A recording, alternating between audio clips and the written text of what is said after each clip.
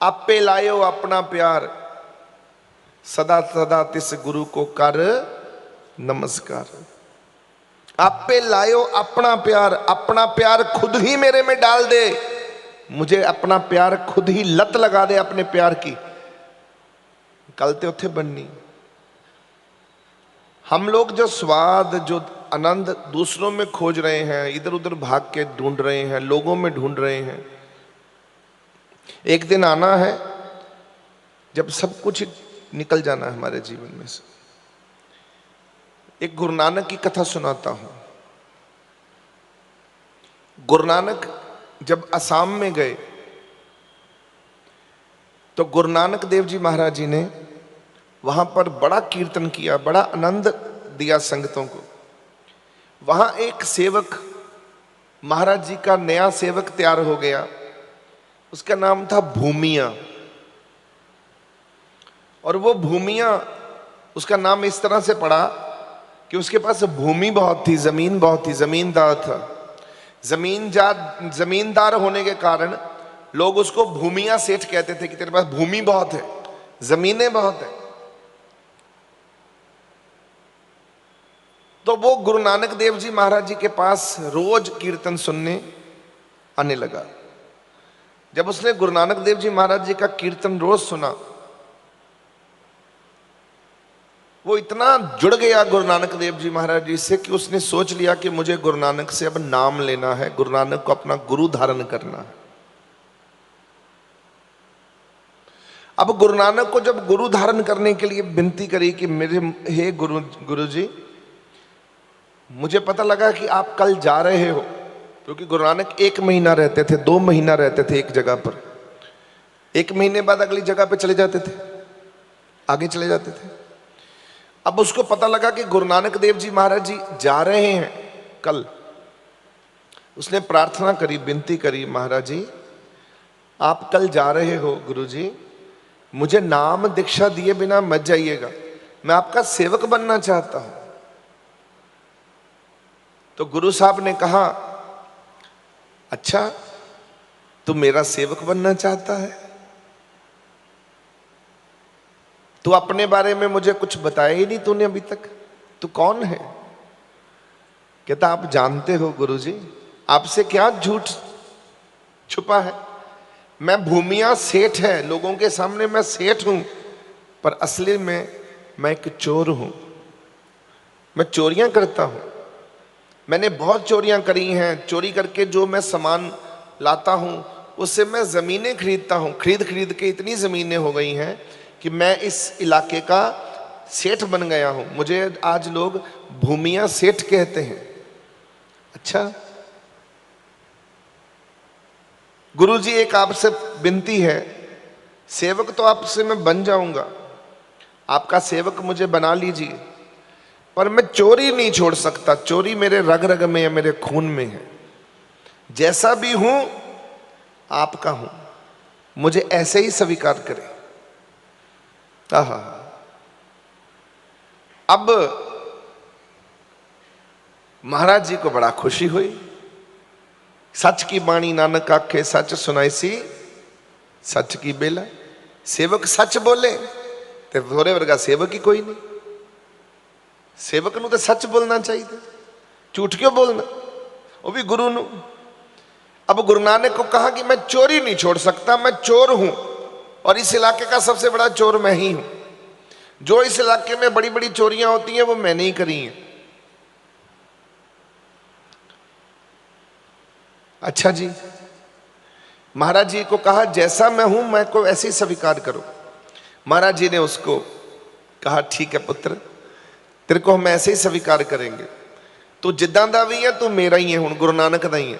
महाराज ने नाम दिता,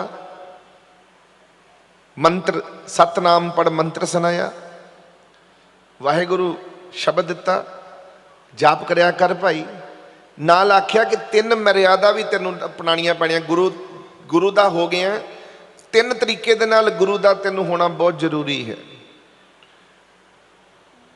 महाराज जी कहते मैं तेनों ये नहीं कहता तू चोरी छड़ दे, तेरा सुभाव बन गया चोरी, तू सच दसिया मैनू, तू जो मर्जी कर, पर 3 तरह नाल गुरु नू तेनू मैं हुक्म करदा, 3 चीज़ां मेरियां मननियां जरूरी है।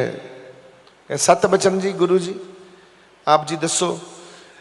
कहते एक तो तू सच बोलेगा, इस तो बाद झूठ नहीं बोलेगा। जिदा हुण तू सच बोलिया मैनू, इदा अज तो बाद पूरे जमाने नू सच बोलिया करेगा, सच्चा बन जाएगा। ठीक है जी, सत बचन।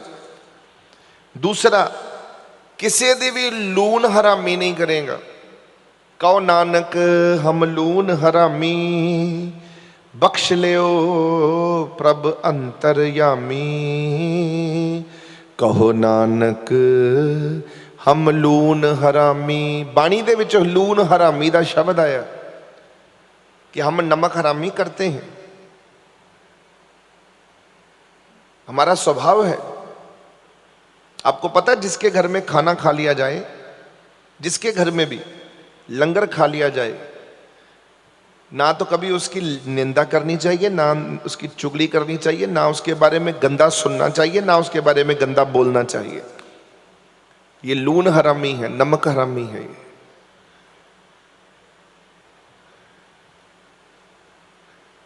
गुरु का लंगर आप खाते हो, गुरु की सदा प्रशंसा होती है। जिसके घरों में भी खा लिया, उसके बारे में आपका आजकल हालत ये हो चुकी है कि जिसके घर में खाते हो, बाहर निकलते हो उसकी निंदा शुरू कर देते हो। यही हम लोगों के कर्म खराब हो रहे हैं सबके। आपको पता ही नहीं कि आपके मित्र कौन है। जो चीजें हमारा जप तप है, सत्य है, वो हम लोगों को संभाल के रखना पड़ता है। ये सब चीजें काम आने वाली हैं आप लोगों के। कोशिश करो इसमें चलने की। तो गुरु नानक देव जी महाराज जी ने भूमिया को कहा, भूमिया दूसरा ये है कानून कि तू लून हरामी नहीं करेगा, किसी का नमक खा के उसके घर चोरी नहीं करेगा। बोला सत बचन जी। तीसरी, कहते तीसरा ये है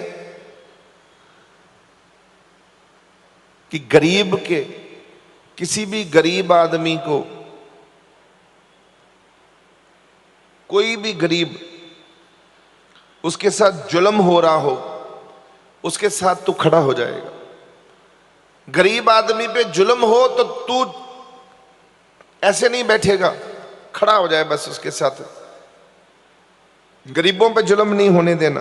और तेरे कारण अगर कोई गरीब को प्रॉब्लम आए, तब भी तुझे खड़े हो जाना है वहां जाकर। सच की बाणी नानक आके सच सुनाई सी, सच की बेला। अब ये 3 वचन लेकर अब वो सेवक बन गया, गुरु का हो गया। अब गुरु नानक चले गए उस जगह से। अगले हफ्ते उसको आदत थी, हफ्ते तक तो वो कंट्रोल करता रहा, परंतु 1 हफ्ते में उसको फिर आदत पड़ी, क्योंकि कुछ चीजें होती हैं स्वभाव में चली जाती हैं, आपका कंट्रोल नहीं होता, क्योंकि कुछ आपने आदतें डाल रखी हैं अपने जीवन में। अभी भी आप लोगों ने डाल रखी हैं। आपको मैंने पहले ही सत्संग में शुरू होते ही बोला, आपको गुस्सा आता है, आपका समय पक्का, आपको पता कब गुस्सा आना, किस जगह पे गुस्सा आना, क्योंकि आदत डाल चुके हैं आप। वो नोटिफिकेशंस, वो अलर्ट, वो आपकी बॉडी खुद ही पिंग कर देती है जब आपको लगता है, क्योंकि आपकी बॉडी को आदत पड़ चुकी है गुस्सा करने का, वासनाएं करने का, मोह करने का, गालियां निकालने का, उल्टा सीधा बोलने का। आपको सब कुछ आपने अपना पैरामीटर सेट कर लिया है। इसको ही तो अनसेट करना है, इसी को तो रीसेट करना है सारा कुछ। आप जो जी रहे हो वो आदतों के सिर पर जी रहे हो। आदतों पे नहीं जीना चाहिए, वो स्वभाव बन गए हैं, संस्कार बन गए हैं। मत करो ये, अपने को मिटाओ कि जब मैं गुरु वाला हो गया हूं तो गुरु के पीछे लगा हूं, गुरु महाराज जी जैसे चलाएंगे वैसे चलेंगे, फिर मैं गुस्सा क्यों करूं। और जब गुस्सा आए भी तो कारण अगर बने गुस्से का तो खुद को बताओ खुद को यह समझाओ कि ऐसा होना ही था, फिर क्या हो गया। सबको समझाओ, जो आपके साथ भी रहते हैं वो भी आपके साथ, उनको भी समझाओ कि गुस्से वाली बातें मत किया करें, कोई एक दूसरे को टोका टाकी ना करें, चुप रहो, बस अपने आप में रहो, तो जीवन कितना खूबसूरत हो। अपने जीवन में झांको, अगर तुमको जो अच्छा लगता है वो तुम करो, तुमको जो अच्छा लगता है वो तुम करो, कभी जीवन में खराबी नहीं होगा कुछ भी। खाने का जो दिल करता है वो खाओ, अपनी अकल से ही तो चलोगे, जैसे तुम्हें भगवान ने अकल दे रखी है। ठोकरें भी अपनी अकल से खाओगे, चलोगे भी अपनी अकलों से। समझ लेनी पड़ती है, हमेशा समझ रखनी पड़ती है, अवेयरनेस कि मैं कहां हूं, समझ, इंटेलिजेंस। मेरी बुद्धि इतनी इंटेलिजेंट हो जाए, मुझे समझ आ जाए कि जीना कैसे है, बस खुश कैसे रहना है, किसी को तंग नहीं करना। अभी भी सोचने लग गए, मैं बोल रहा हूं आप वहां सोच रहे हो।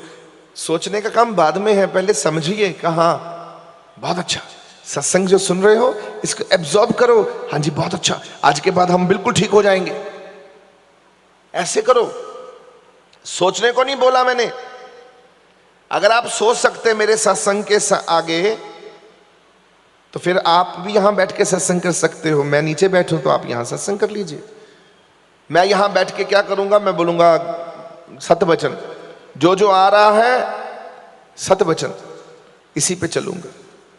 जब मैं आ ही गया, सेवक बन ही गया, तो बात ही खत्म हो गई। फिर मुझे अपना दिमाग क्यों चलाना है वहां पर। दिमाग चलाने के लिए गुरु महाराज जी बैठे हुए हैं ना, अपने आप चलाएंगे, वो अपने आप मेरा प्रबंध करेंगे, अपने आप मेरे को रोटी देंगे। उसने जब भेजा है मुझे जमीन पर, तो सोच के भेजा है उसने। जब दांत नहीं थे तो दूध दिया, अब दांत दिए हैं तो रोटी दे रहा है। देखो कितना ध्यान रखता है हमारा, रखता कि नहीं रखता। मां दी, पेट में थे, जब हम पेट में थे तो हमारे बाहर निकलने से पहले मां को दूध दे दिया, उसके थनों में दूध आ गया हमारे लिए। इतना ध्यान रखता है वो। आप उसको चैलेंज कर रहे हो कि वो, उसके आगे आप सोचना शुरू कर देते हो बैठे हुए। अजीब ही हो। आप तो बोला करो प्रभु आपको मालूम है कल क्या होना है, परसों का भी पता है, आज का भी पता है, मुझे कुछ नहीं पता। जैसे कृष्ण महाराज जी ने कहा 16 साल की उम्र में अपने गुरु से, जब गुरु जी ने पूछा कृष्ण जी से, ये बड़ी मजे वाली बात है। 16 साल की मात्र उम्र में कृष्ण जी गुरु जी के सामने बैठे हैं, संदीपानी जी के सामने, गुरु संदीपानी। अब गुरु जी पूछते हैं तुम्हें मालूम है कृष्णा तुम कौन हो। अब कृष्ण कहते हैं ना गुरु जी मुझे नहीं मालूम मैं कौन हूं। देखो क्या उत्तर है। मालूम है कृष्ण को कृष्ण कौन है, पर कृष्ण गुरु के सामने कहता है मुझे कुछ नहीं मालूम। जब गुरु के पास पहुंच गए, गुरु को पता है हम कौन हैं, गुरु को मालूम है हमको क्या करना है, हमको क्यों दिमाग चलाना वहां पर जाकर। अगर गुरु के पास भी जाकर सोचना ही है और दिमाग चलाना है, फिर तो भाई साहब आप कुछ ले जा नहीं सकते यहां से, फिर तो सोचते रहिए बस। फिर तो ऐसे के ऐसे ही ठीक है, जो चल रहा है चलने दीजिए। बीमारियों का घर है तो चलने दीजिए जो भी है। यहां तो आके कहना पड़ता है हाथ जोड़कर गुरु जी हमको नहीं मालूम हम कौन हैं। तो कृष्ण से कहा तुमको नहीं मालूम, बोले ना। बोले तुम क्या करने आए हो तुमको मालूम है। कृष्ण जी बोले ना मुझे नहीं मालूम मैं क्या करने आया हूं। देखो कितना सरल आंसर है। फिर गुरु जी ने ये कहा तुम नारायण हो और तुम दुनिया को भगवान से जोड़ने आए हो, सत्य वचन। फिर क्या किया, 16 साल की उम्र में कृष्ण जी ने गुरु की बात को मान लिया कि मैं नारायण हूं और लोगों को भगवान से जोड़ने आया हूं। आहा हा हा 1145 आश्रम नॉर्थ इंडिया में बनाए कृष्ण महाराज जी ने। आश्रम बनाए, वहां पर क्या किया, जितने बड़े बड़े शासक थे, राजे महाराजे, उनको कहा तुम भी यहां बैठ के भक्ति करोगे और एक गुरु महाराज जी के चरणों में जुड़ोगे और भगवान का ध्यान करो। क्योंकि शासकों को इसलिए उन्होंने सुधारा, लड़ाइयां इसलिए लड़ी। आपको मालूम है कितनी लड़ाइयां लड़ी उन्होंने, कृष्ण महाराज जी ने? 100 एंड मेरे ख्याल से 175 175 युद्ध लड़े। क्यों? जो शासक उनकी बात समझता नहीं था तो उसके साथ लड़ते थे। लड़ने के बाद उसको कहते थे देखो मैं तुम्हारे जीवन को छोड़ रहा हूं, आज के बाद तुम शासक हो पर तुम मेरे अधीन हो, ये तुम्हारे यहां आश्रम बना दिया है, तुम भी भक्ति करोगे, भगवान से जुड़ोगे। क्योंकि शासक अगर भगवान से जुड़ेगा उसके पीछे लाखों लोग जुड़ेंगे, क्योंकि तुम्हारे इलाके के लोग तुमको अपना उत्तराधिकारी मानते हैं, तुम्हें अपना एग्जाम्पल मानते हैं। आपका घर है, आपका घर है, आपके घर के सदस्य आपको मुखी मानते हैं कि आप घर के मुखी हो। आपके घर में कितने लोग हैं? कितने लोग हैं? 4-5 होंगे। हर घर में 4-5 लोग होते हैं। आपका असर आपके बच्चों पर होता है, जैसी आप हरकतें करते हो वो सारा असर आपके बच्चों पे होता है, आपके परिवार पे होता है। याद रखना मेरी बात। हजारों लोग मेरे से जुड़े हुए हैं, मैं जो बोलूंगा आप पे असर होगा कि नहीं होगा? होगा कि नहीं होगा? होगा नहीं होगा? प्यारियों, तभी करके मैं बड़े ध्यान से बोलता हूं और वो बहुत ध्यान से चलता हूं, ईश्वर से पूछ के चलता हूं, ताकि मेरा गलत असर आपके ऊपर ना पड़े किसी प्रकार से। क्योंकि आपके जीवन का सवाल है। आपने आंखें बंद करके मेरे पे फेथ किया हुआ है, ब्लाइंड फेथ है कि हम ऐसे चलेंगे गुरु जी के पीछे, महाराज जी के पीछे, तो मुझे बड़े धैर्य से चलना पड़ेगा, बड़े सूझबूझ के चलना पड़ेगा। हर चीज बड़े धैर्य से करनी पड़ती है। कई बारी हमको गुस्सा होता है, समाज में ऐसी चीजें होती हैं, हमको गुस्सा आ जाता है किसी चीज पर बिकॉज ऑफ हम अगर गुस्सा करेंगे तो हम तो लोगों को कहते हैं गुस्सा मत करो। हम ही अगर गुस्सा करेंगे तो लोग हमसे गुस्सा ही तो सीखेंगे, और क्या सीखेंगे फिर हमको। इसलिए हमको गुस्सा नहीं करना, हंस खेल के हमको ये सोचना होता है कि ठीक है, जो हो रहा है खराब भी अगर हो रहा है तो हम ये सोचते हैं ये ठीक ही हो रहा है, क्योंकि जो खराब हो रहा है वो ठीक करने वाला खुद ही ठीक कर देगा। बात ही खत्म। अगर मैं दुखी हूं और जो चीज मैं मांग रहा हूं, कामना कर रहा हूं कि ये चीज मुझे चाहिए और मुझे मिल नहीं रही, और मैं जुड़ा हुआ अपने गुरु से, अपने भगवान से, भरोसा रख गुरु अपने ते कारज जिन्ना सवारे, आज तक उन्होंने बहुत कुछ दे दिया है और अब मेरे को वो दे नहीं रहे और मैं दुखी होकर बैठा हूं, मुझे मिल नहीं रहा, मैं मांग रहा हूं, मुझे मिल नहीं रहा। इसका मतलब समझते हो? इसका मतलब है कि भगवान मुझे धैर्य सिखा रहा है उस वक्त कि मेरे में कहीं ना कहीं इम्पेशंस है, मेरे अंदर कहीं ना कहीं उग्रता है, मेरे अंदर कहीं ना कहीं कुछ नुक्स है, कमजोरियां हैं। वो सिखाने के लिए कोई कष्ट आया है मेरे जीवन में और वो मुझे सिखा रहा है। तो जो हो रहा है ठीक हो रहा है, क्योंकि मेरा गुरु मुझको अपने जैसा बना रहा है, ऐसा सोचना है। अगर मैं उसके अपना जैसा नहीं बनूंगा तो मैं तो अपने परिवार की संभाल नहीं कर पाऊंगा प्यारियों। बाकी बात तो छोड़ दो, आपका असर आपके बच्चों पे होता है, आपकी बीवी पे होता है, आपके घर वालों पे होता है। आपको अगर नहीं सियाने बनोगे घर खराब हो जाएगा, और खराब हो रहा है आपका घर। आप जिम्मेदार हो, अपने घर को खराब करने में आप ही जिम्मेदार हो, क्योंकि आपका घर आप ही चला रहे हो और अपने घर को खुद ही खराब कर रहे हो। होना तो ये चाहिए था कि आपसे सीखें आपके घर वाले, आपके बच्चे, पर उल्टा आप अपने घर वालों को पर अपना गलत असर डाल रहे हो। यही चीज कृष्ण महाराज जी ने शासकों के साथ करी, लड़ाइयां लड़ी। कारण यह था कि शासकों को जीतने का, उनको जीत कर जो राजा कहता था मैं कुछ हूं, मैं नहीं बात मानूंगा कृष्ण की, तो उसको हराते थे।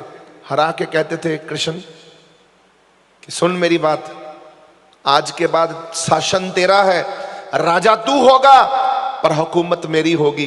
करना क्या है, तूने भी सत्संग में बैठना है, गुरु धारण करना है, अपने लोगों को भी यही सिखाना है। आश्रम खोल दिए तेरे दरबार में, भगवान से जोड़ने के लिए मैं आया हूं, और आज के बाद तू भगवान से जुड़ेगा। जो शासक भगवान से जुड़ जाते थे उनका जीवन ही पलट जाता था। यही कृष्ण जी ने किया आकर। और आखिर में क्या किया, अंत में जब देखा कि राजे नहीं सुधर रहे, राजे अपनी पद प्रतिष्ठा का दुरुपयोग कर रहे हैं, उन्होंने अंत में क्या किया, उन्होंने सबको इकट्ठा करके सबको मार दिया और महाभारत कर दी, सब खत्म कर दिया कि तुम्हारा काम ही तमाम कर देता हूं मैं, बस तुम हो ही नहीं इस लायक कि तुम सत्संग में बैठ सको। दुर्योधन को कहा, दुर्योधन तुम सत्संग नहीं सुन पाओगे, तुमको मेरा सत्संग समझ नहीं आएगा, तुमको मेरी तलवार की भाषा समझ आएगी। ये कुछ लोगों को नहीं सत्संग समझ आता प्यारियों, इसलिए वो सत्संग में बैठते ही नहीं है, उनको समझ नहीं आता, ये मार्ग ही नहीं समझ आता। संत का मार्ग धर्म की पौड़ी, कोवड भागी पाव। गुरु गोविंद सिंह जी ने भी जब कृपान उठाई और औरंगजेब से कहा, औरंगजेब, किसी संगत के जीव ने गुरु गोविंद सिंह जी से कहा, किसी संगत के जीव ने, कि महाराज जी आपके मुख से जो इतनी मीठी मधुर वाणी सत्संग कीर्तन होता है, हम जैसे लोग बदल गए आपके चरणों से लगकर, तो कृपा करो अपनी सत्संग की कृपा औरंगजेब को भी करो, औरंगजेब भी सुधर जाए। तो गुरु गोविंद सिंह जी ने कहा, ये सत्संग सुनने के लिए नहीं बना, इसको सत्संग मेरा समझ नहीं आएगा, ना आता है इसको, तो केवल तलवार की भाषा ही समझ आती है मेरी, बस बात ही खत्म। कुछ लोग बने ही इसी कारण होते हैं, उनको जितना मर्जी सुधारने की कोशिश करो, उन्होंने सुधरना ही नहीं है। और फिर सुधरते कैसे हैं, जब दुखों के पहाड़ आ जाते हैं सिर पर। वही वक्त व्यक्ति, मैंने अपनी आंखों से देखा है, वही व्यक्ति जो हमको गालियां देता था, एक दिन हमारे साथ हमारे पास आते हुए अपने घर वालों को टोकता था, रोकता था, गलत मलत बोलता था, और जब दुखों के पहाड़ टूटे सबसे पहले वही मेरे पास आके खड़ा होके मेरे से गुहार लगा रहा है कि मेरी मदद करो मेरे मालिक, ठीक कर दो मेरा सदा कुछ। देखो ऐसे भी लोग मैं देखता हूं। जरूरत तो हर एक को पड़ेगी, संत की जरूरत तो हर एक को पड़ेगी, चाहे जो मर्जी हो जाए। कोई बच पाएगा संत के जरूरत से? संत शरण जो जन परे। जब वाणी ने ही हुक्म सुना दिया है तो फिर वाणी से ऊपर तो कोई है नहीं। हुक्म तो ऊपर आकाशवाणी, तुर की वाणी आई। जब ऊपर से आवाज आ रही है, आकाशवाणी हो रही है कि तुर की वाणी जो है ये हुक्म कर रही है। क्या हुक्म कर रही है? संत शरण जो जन परे, सो जन उदरन हार। उसका बेड़ा पार होना ही होना है जो संत की शरण में चला गया है। कौन सत्संग सुनाएगा संत के अलावा? कोई कौन आपको हरि कीर्तन सुनाएगा? बता दो मुझे। आपको कितने लोग मिलते हैं रोज? आपके घरों में कितने लोग आपके साथ बैठते हैं? कितने लोग मिलते हैं? मैं पिछला सत्संग कब करके गया था यहां से? 23 का, 23 और 23 को जब मैं कीर्तन करके गया था, उसके बाद मुझे बताओ कोई ऐसा सज्जन मिला हो मेरे हर प्रीतम की कोई बात सुनावे। किसी ने कोई बात करी हो हरि प्रीतम की, भगवान की कोई से बात करी हो? 23 से लेकर आज कौन सा दिन आ गया है? 9 तारीख। अरे किसी ने कोई बात करी हो प्यारे हो? रब की कोई बात सुनाई हो आपको? और ये संत ही कर सकता है। वही समागम करने के अधिकारी हैं। इतने बड़े बड़े पंडाल में सत्संग बुलाते हैं, इतनी देखो बारिश है, बारिश में भी इतनी संगत इकट्ठी कर लेते हैं साधु संत महापुरुष। आप करके दिखाओ ना। इतनी कल से बारिश पड़ रही है दिल्ली में, परसों से पानी पानी इकट्ठा हो रखा है। इस इलाके में भी बहुत पानी है, क्योंकि बारिशों में भी हम लोग फिर भी इकट्ठे हैं। प्यारियों, ये जो समागम है, ये जो भगवान की तरफ लगाने का जो प्रयास है, ये कोई महापुरुष ही कर सकता है, कोई संत ही कर सकता है। नहीं तो क्या होता है, छोड़ यार, क्या करना है। और आप मुझे एक चीज बताइए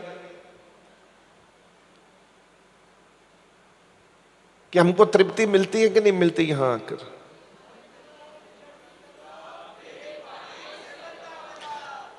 कल तक जो आपका स्वभाव था, चलो ऐसे कहते हैं, कल तक जो आपका स्वभाव था, कल तक जो आप थोड़े से मूड आपके जो ऊपर नीचे थे, अभी सत्संग में बैठकर मूड ठीक हुए कि नहीं हुए? थोड़े से ठंड पड़ी कि नहीं पड़ी? थोड़ा सा ज्ञान आया कि नहीं आया? थोड़ा सा अकल बड़ी, थोड़ी सी तरक्की हुई कि नहीं हुई? अगर ये रोज के रोज मिले, रोज के रोज आपको प्राप्त हो सत्संग कीर्तन, तो आप में बदलाव आएंगे कि नहीं आएंगे? वही तो है। मैं इंग्लैंड में प्रयोग किया, अभी इंग्लैंड में था ना, तो रोज सत्संग कीर्तन होता था। रोज उनको इकट्ठे हो जाए, रात के 12 बजे 1-1 बजे तक, 2-2 बजे तक कीर्तन में है।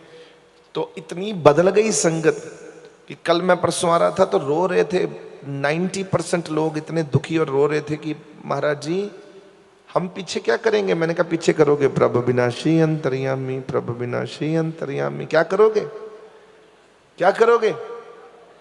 हाँ, मेरे से नहीं जुड़ना।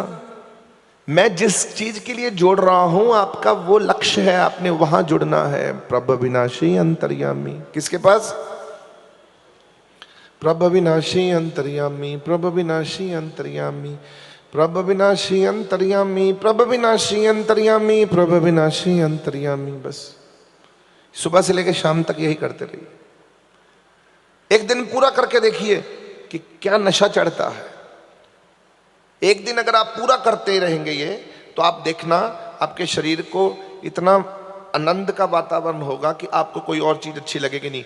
टीवी होगा, टीवी चलाने का दिल नहीं करेगा, घर वालों से बोलने का दिल नहीं करेगा, किसी से बात करने का दिल नहीं करेगा, किसी के साथ कुछ भी मखौल करने का दिल नहीं करेगा। इतने हो जाओगे, बोलोगे बस मैं अपने आप में ही प्रभु विनाशी अंतर्यामी। मजा आ रहा है यार, करके तो देखो। एक दिन कोशिश करके देखो कि 4-5 घंटे लगातार मैं बोलता रहूं, बस देखो क्या होता है सर। Let's try it. अभी बैठ के शुरू कर दो और फिर देखो क्या असर होता है बॉडी पे, मन पे, आत्मा पे। कितने गहरे अटैक होते हैं भगवान के। एक सुई और चुंबक, एक चुंबक और सुई। आप सुई हो और भगवान क्या है? चुंबक है। सुई को अगर चुंबक के आगे रखेंगे तो क्या होगा? सुई क्या करेगी? जफ्फी डाल देगी उसी समय चुंबक को, लिपट जाएगी। और अगर हम सुई के ऊपर वेट रख देंगे ऐसा, तो क्या होगा? सुई में खींच तो होगी, खिंचते बकायदा होएगी सुई दे अंदर, क्योंकि चुंबक अगे पई है तो खिंचते बकायदा होवेगी, पर ऊपर वेट दे कारण हिल नहीं पा रही। इदां ही तुहाडे उत्ते भी कर्मां दा वेट है, भार हैगा, तुसीं अपने रब वास्ते हिल नहीं पा रहे, उत्थे ही बैठे होए इदां। बस वो हटा लो थोड़ा जिहा, बस वेट हटा लो तो रब नाल जाके चिपक जाओ, जफ्फी पा लो रब नाल।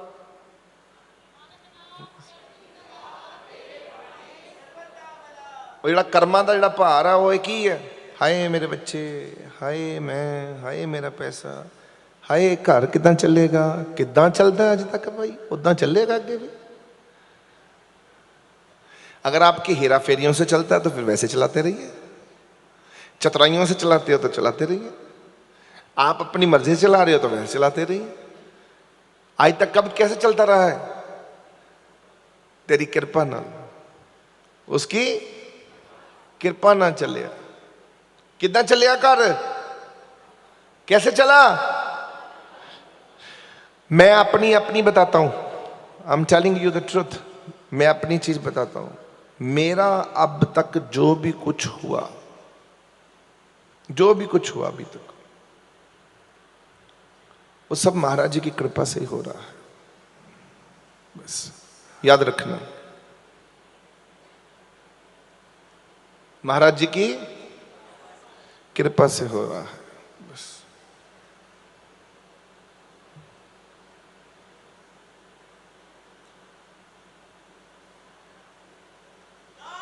बस बाकी आपकी मर्जी है। जैसे भी आप चला रहे हो ठीक है, जैसे भी आप कर रहे हो वो भी ठीक है। बदलना तो आपको ही है। जिस दिन आप ये सोचना शुरू कर देंगे कि मैं बदल गया हूं या मैं बदल रहा हूं या मैं बदलूंगा, बदलाव अपने आप दिखने लगेंगे। आदतें चेंज करनी होती हैं, जस्ट आदतें, प्रैक्टिकल अपनी आदतें चेंज करनी पड़ती हैं। कैसे चेंज करनी पड़ती हैं? जो आपके पास आदतें हैं उसको थोड़ा सा उसको ठीक कर लो बस, और पकने मत दो कोई भी आदत। अगर आदत पक गई तो मुसीबत हो जाएगी, फिर बदलाव नहीं आएगा। एक आदत पड़ गई, आपको आदत पड़ गई कोई भी चीज की, वो पक्की हो जाएगी, पक्की हो जाएगी, संस्कार बन जाएंगे, संस्कार बन जाएंगे तो स्वभाव बन जाएगा। स्वभाव कभी बदलता नहीं है, आदतें कभी बदलतियां नहीं। वारेशान आदतें जांदियां ने भावें कटिए। तो जो आदतें पड़ी हुई हैं उन आदतों को क्या करना है? चेंज करना है। कैसे चेंज करेंगे? हाउ? नई आदतें डालो, पुरानी आदतों को मिटाओ। देखो आप कब कब कल्पते हो, चेक योर सेल्फ।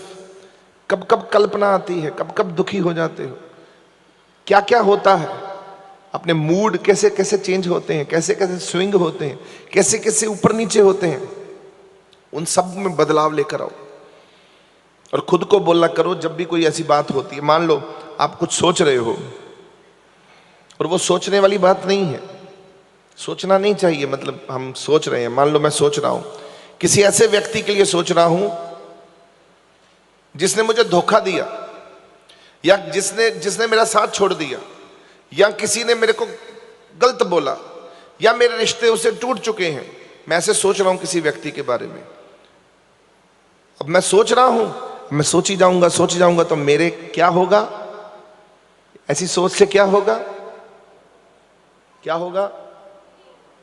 मेरा अपना दिल दुखी होगा, मेरा अपना दिल नीचे नीचे जाएगा, अपना दिल खराब होगा। खराब होगा तो खराब होगा दिल, मन खराब होगा तो आप डिसीजन भी खराब लोगे, आपका मूड खराब रहेगा, सारा दिन आपका खराब निकल जाएगा। तो जब आपको ऐसा विचार आता है, आप ये सोच रहे हैं कि ऐसे व्यक्ति के लिए सोच रहे हो जो आपके साथ अब नहीं है, तो मन को उसी समय रोको, कहो मन नहीं सोचना उसके बारे में, क्योंकि उसका एक दौर था, वो चला गया दौर, वो पीछे रह गया, पास्ट में निकल गया। अब नया मित्र मिलेगा, नए दोस्त मिलेंगे, नए रिश्ते नाते मिलेंगे, नया सारा कुछ होगा। पीछे गड़े मुर्दों को क्यों देखना? बार बार 21 दिन तक ये आदत डाल सकते हो आप। 21 डेज आपको बार बार वो बात आएगी दिमाग में घूमेगी।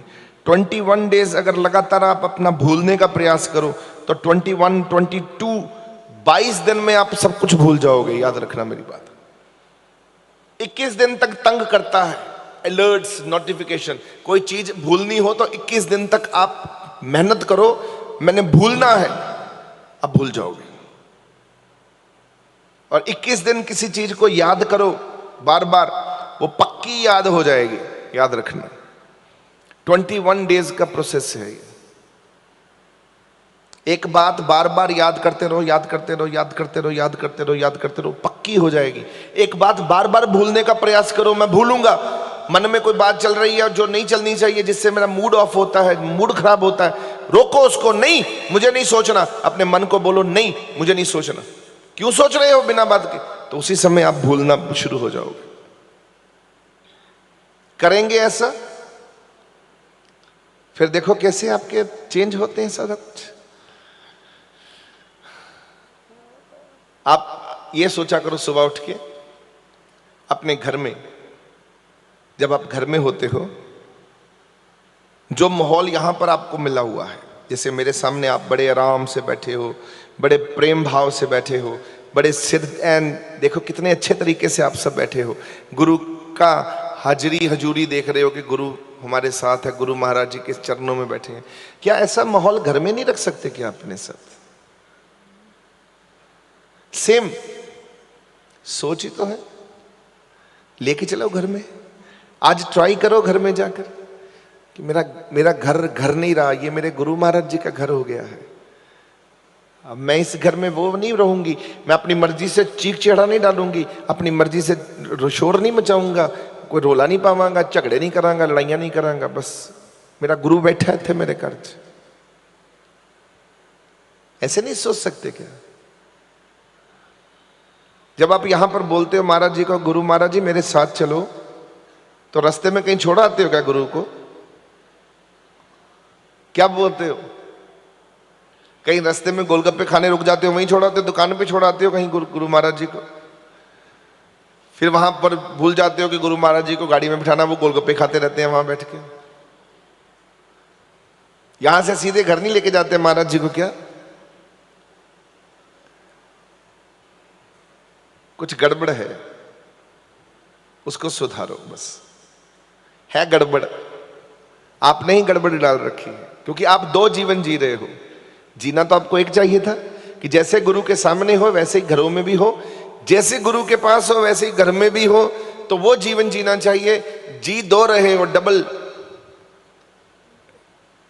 दो जीवन जियोगे तो नुकसान में रह रहे हो। क्यों जीना दो प्रकार का जीवन? जैसा मैं यहां हूं वैसा मैं वहां हूं, जैसा मैं वहां हूं वैसा मैं वहां हूं, जैसा मैं यहां हूं वैसा मैं वहां हूं। क्यों दो जैसा जीवन जीना?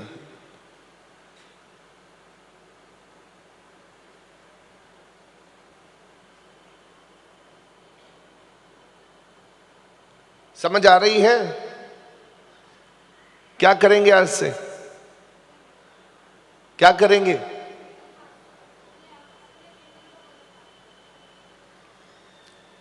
तो खुद को बोलो ना, फिर डट के बोलो खुद को। खुद को अगर नियंत्रण करना पड़े, खुद को समझाना पड़े तो समझाओ ना। जैसे मैं अपने आप को समझाता हूं, त्रिलोचन दास ये तूने नहीं करना, ये तूने करना है। वही ये बात मानता है। कोई दूसरा तो मुझे कहेगा तो मैं तो नहीं मानता, क्योंकि अपना गुरु तो मैं खुद ही होता हूं। आप भी ऐसे ही हो। आप अपनी बात खुद की मानते हो, किसी की नहीं मानते, तो अपने को क्यों नहीं बोलते तुम? खुद क्यों नहीं ठीक करते? क्यों नहीं फिक्स और रिपेयर करते? क्यों नहीं आदतें चेंज कर सकते? और अगर आदतों से मजबूर हो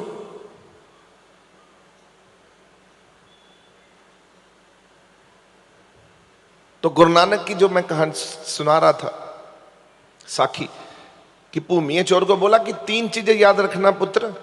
एक तो सच बोलना, एक लून हरामी मत करना, किसी का नमक खा के उसके घर में चोरी मत करना, तीसरा किसी गरीब पर जुल्म होते मत देखना। बोले ठीक है।